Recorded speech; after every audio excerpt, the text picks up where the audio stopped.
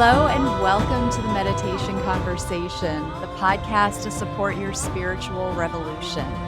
I'm your host, Kara Goodwin, and today I'm joined by Mark Barnes.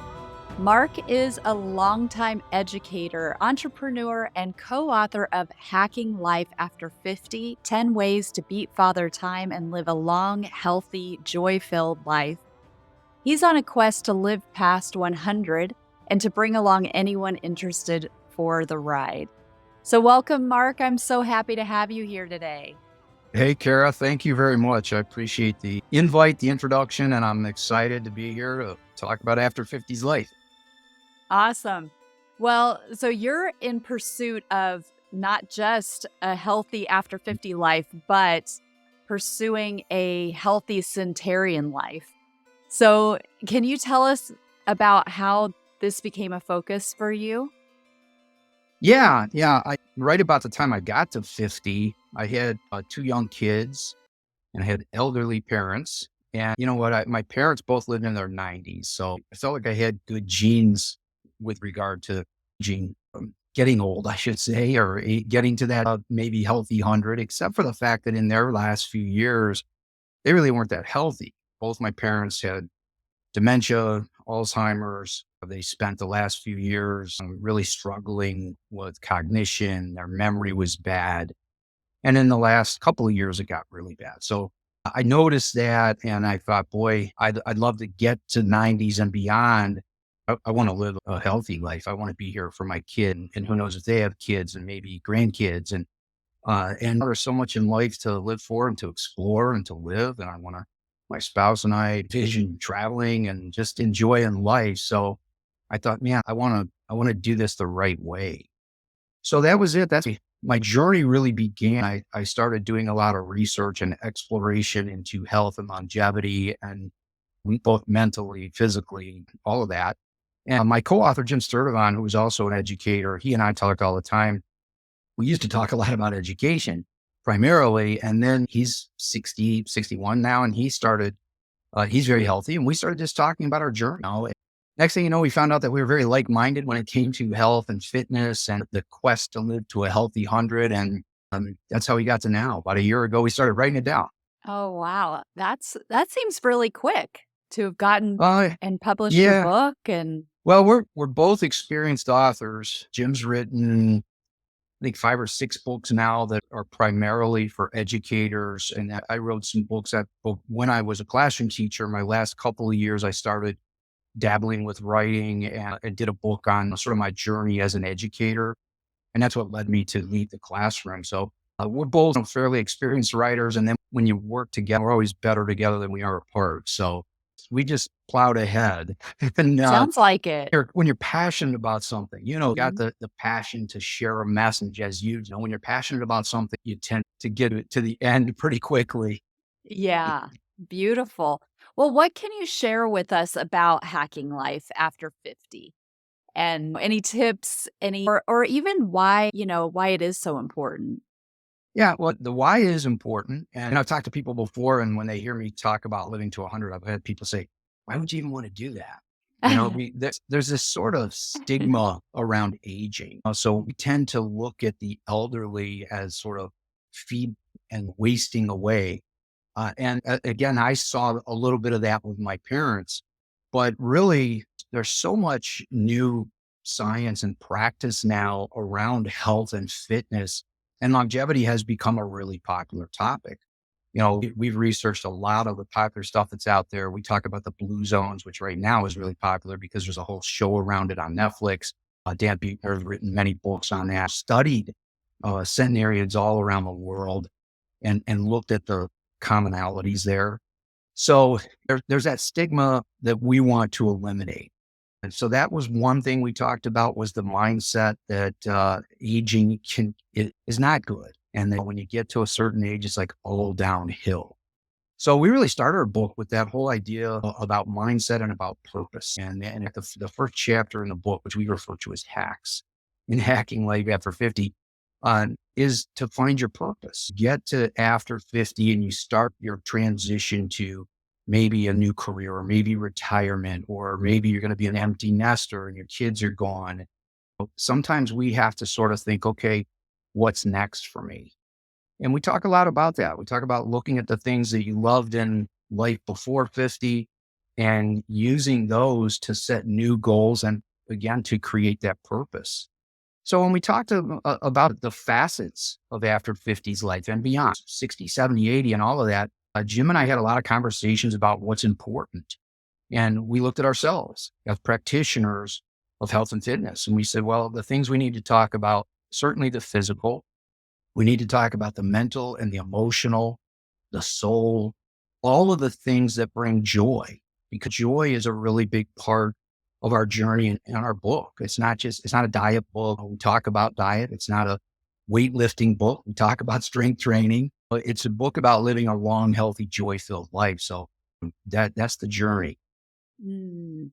Well, I love what you're saying about how sometimes the response that you get from people is like, "Well, why would you want to even do that? Why would you wanna live so long?" And your point about elders and the role of elders in our society, and it's so true how there does from a society standpoint, it's kind of this, like, discount of what, they have to offer, and what I find, I'm so struck by how quickly culture is changing in the West, how however much academia is behind that, especially higher education, but for better or worse, right? But it is very quickly changing the focus of culture. And again, better or worse, it's like maybe both. And Mhm. I can imagine that because I find it that my head is almost spinning. It's like you have to be so careful about what you say and so many things. I watch shows from the 90s, like a sitcom or something from the 90s, and I'm like, "Oh, you could never do that now." And these are, like, really popular shows. Friends, The Office, Parks and Rec, things that Mhm. I'm like, "Wow." And it's really quick how constrained we've gotten and how narrow the path is in terms of, like, what is okay to say and think and do and whatever.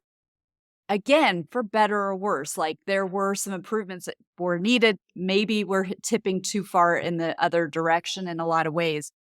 But what have you found or in your research and in your practice that kind of helps with that mindset of, like, I am worthy and in a Western culture, I want to keep going and Mhm. contribute and so forth.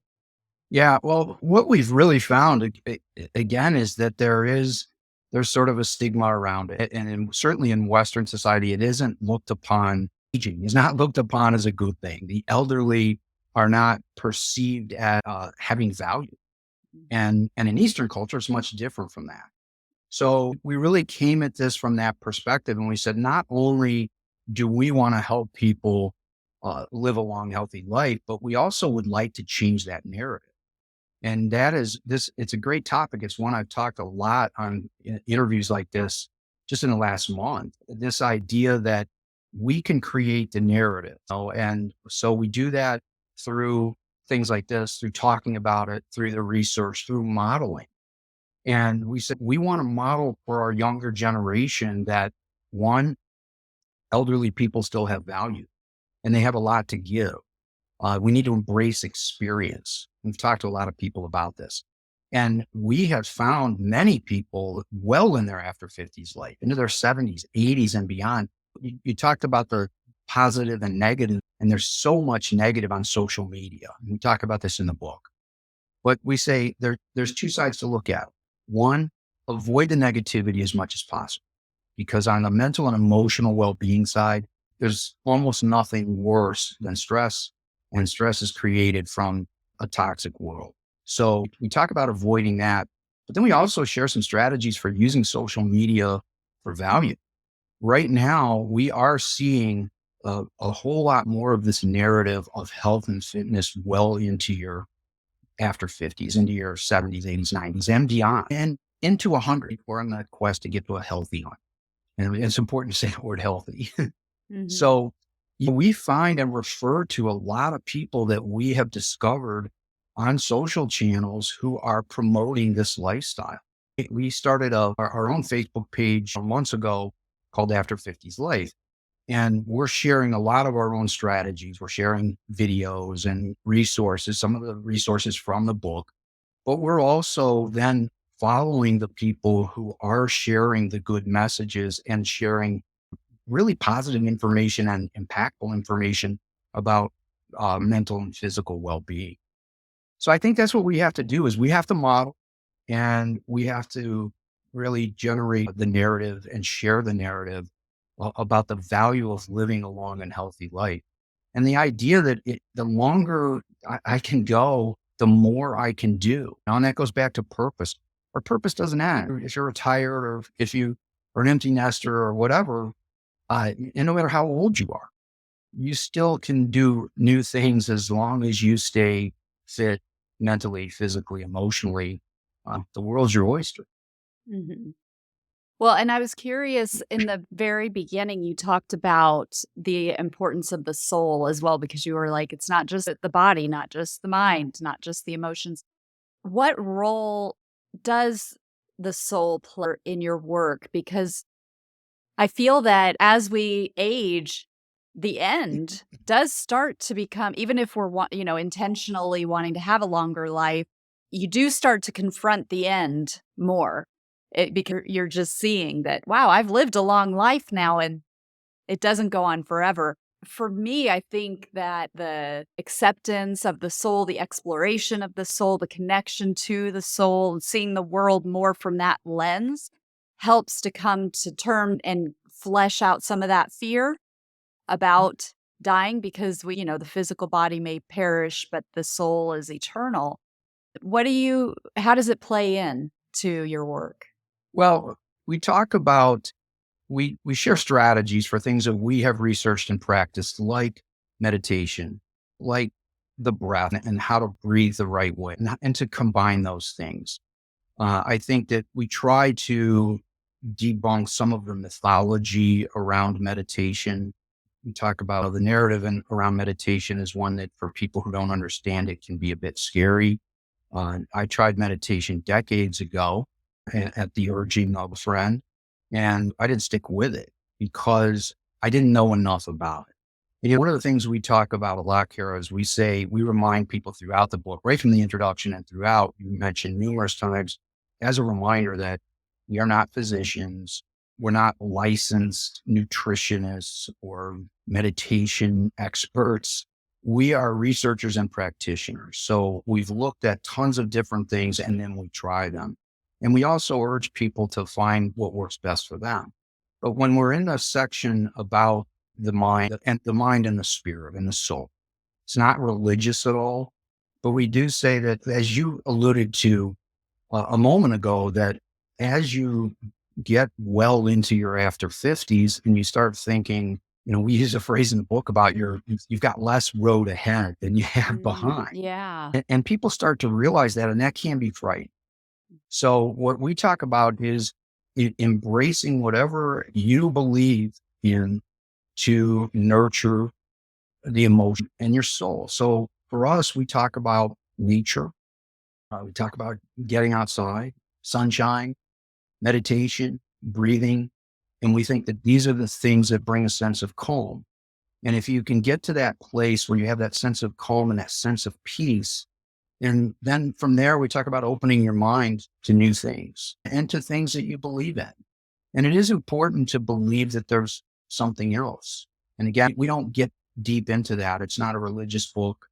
It's not all that much spiritual, other than the fact that we're talking about the things that we believe nurture the spirit.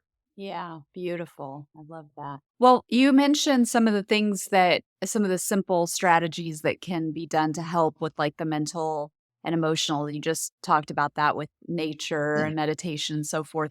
What are some simple strategies on the physical side? Yeah, we do talk about diet, although we try not to make it so much diet per se, as much as we do about meal planning. In fact, the name of that hack is master meal planning. And Jim and I both have been on a journey to really discover what works best for us in terms of diet. So what we promote is the idea that, for one, you should always listen to your doctor. I mean, that's what we believe, that you should listen to your doctor. If you've got a long time general care physician, they probably know you as well as you know yourself, and they can tell you what's good and what's not. What we do then is, again, we reflect on the research. And across the medical profession, almost universally, it's believed that if you put things in your body that are that have grown in the ground, for one, it's better for you. We're not saying you have to be a vegetarian or a vegan or anything like that. What we say is that we believe in an 80-20 plan, and this is what's worked for us. I share a story about how I have epilepsy and I take anti-seizure medication. And the anti-seizure medication fortunately works for me. I'm seizure free, but the huge, heavy side effects. And that's a big part of my own journey, is I had to do everything I could to manage these side effects. One of which was weight gain. And, a long time, well, not that long ago, 5, 6, 7 years ago, I was about 30 pounds heavier than I am right now.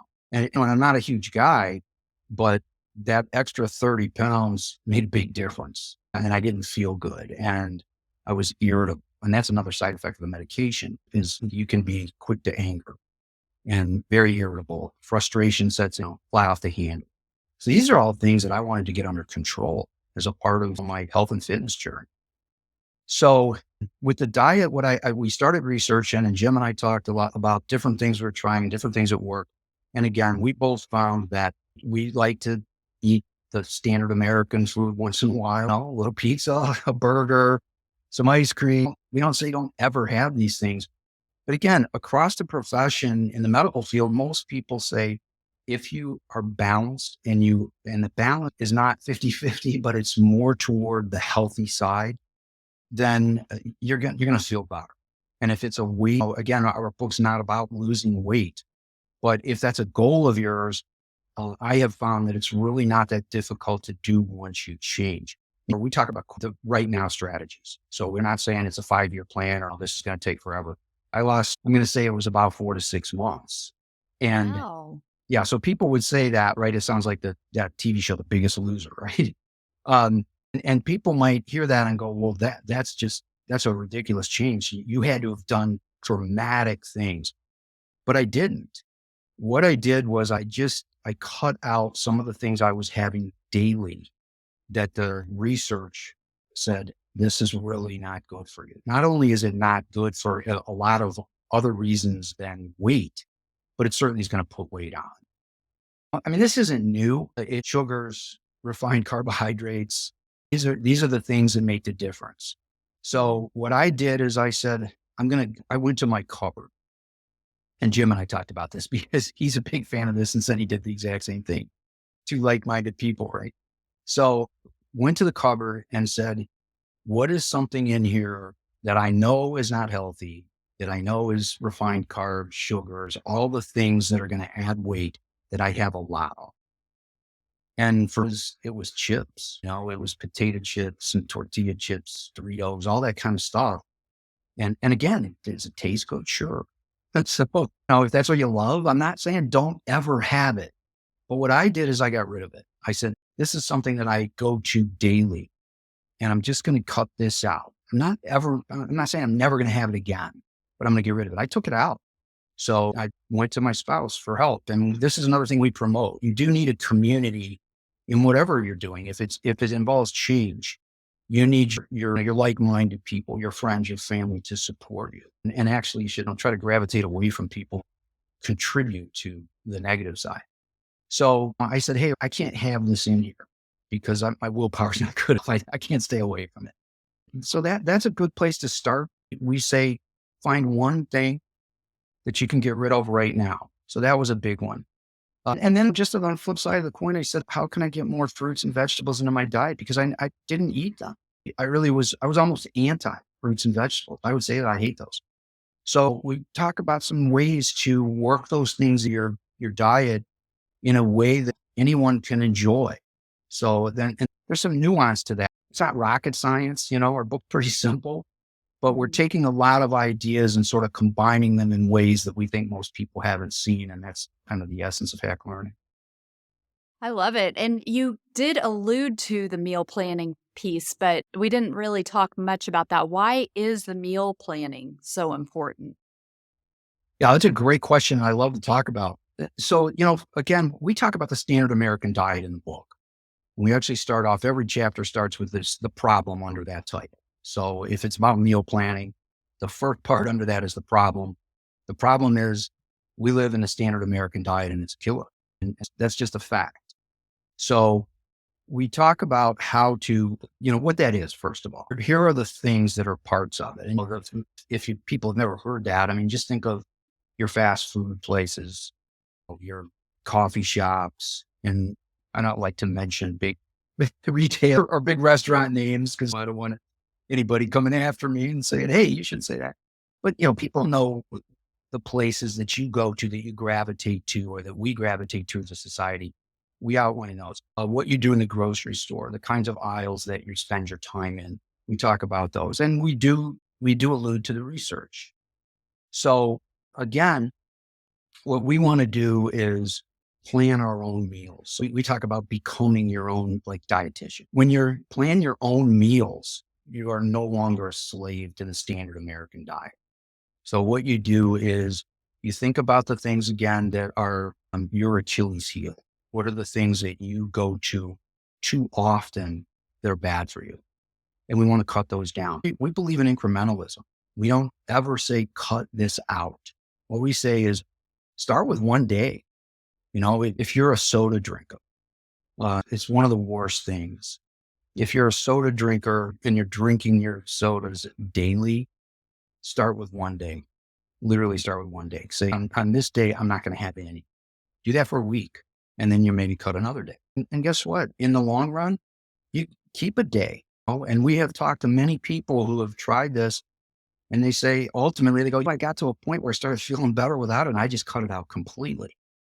So again, you're controlling your own diet, you're mastering your meal plan, and you start at the beginning of the week and you say, I'm going to identify things that I'm not going to include on these days. Those are out.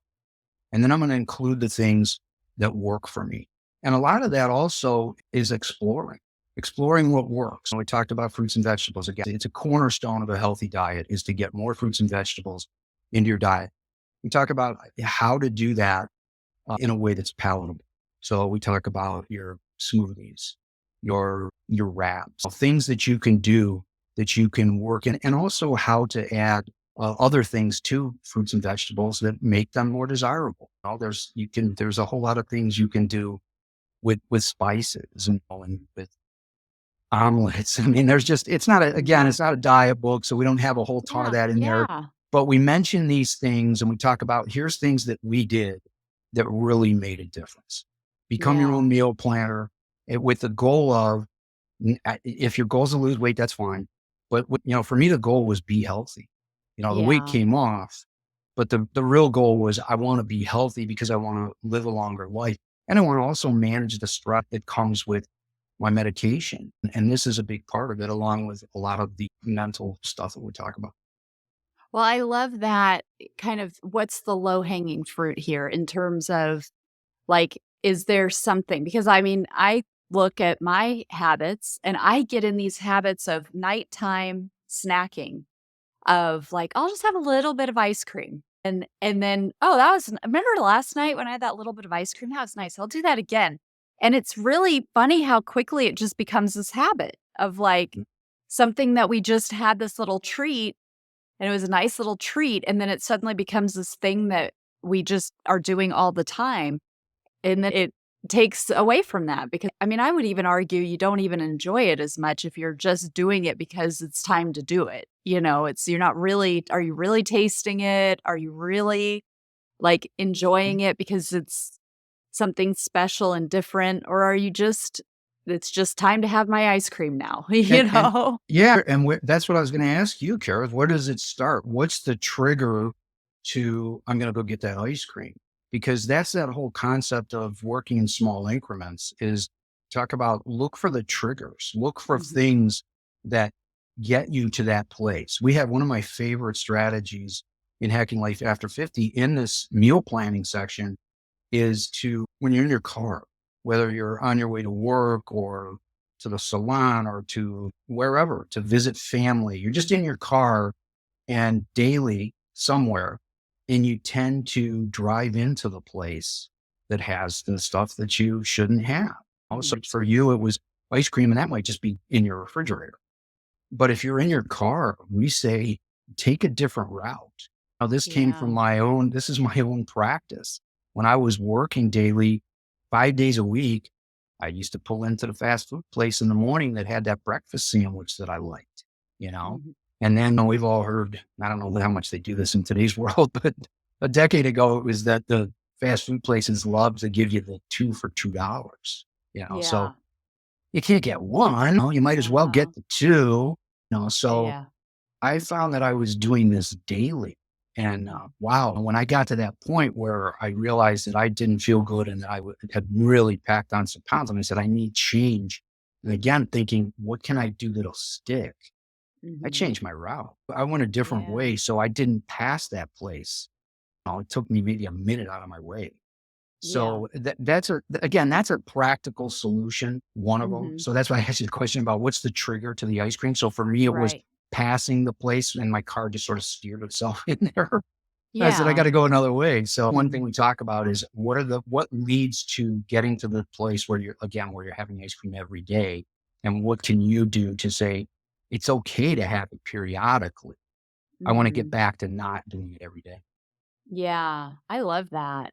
You have so many, like, practical and again, like, the low-hanging fruit in terms of it doesn't have to be this huge knock down all the walls and become a totally new person, but it's the bit by bit, little change by little change, which can, I think, lead to easier success for more people. So, can you help listeners know how they can find you and your book and your work?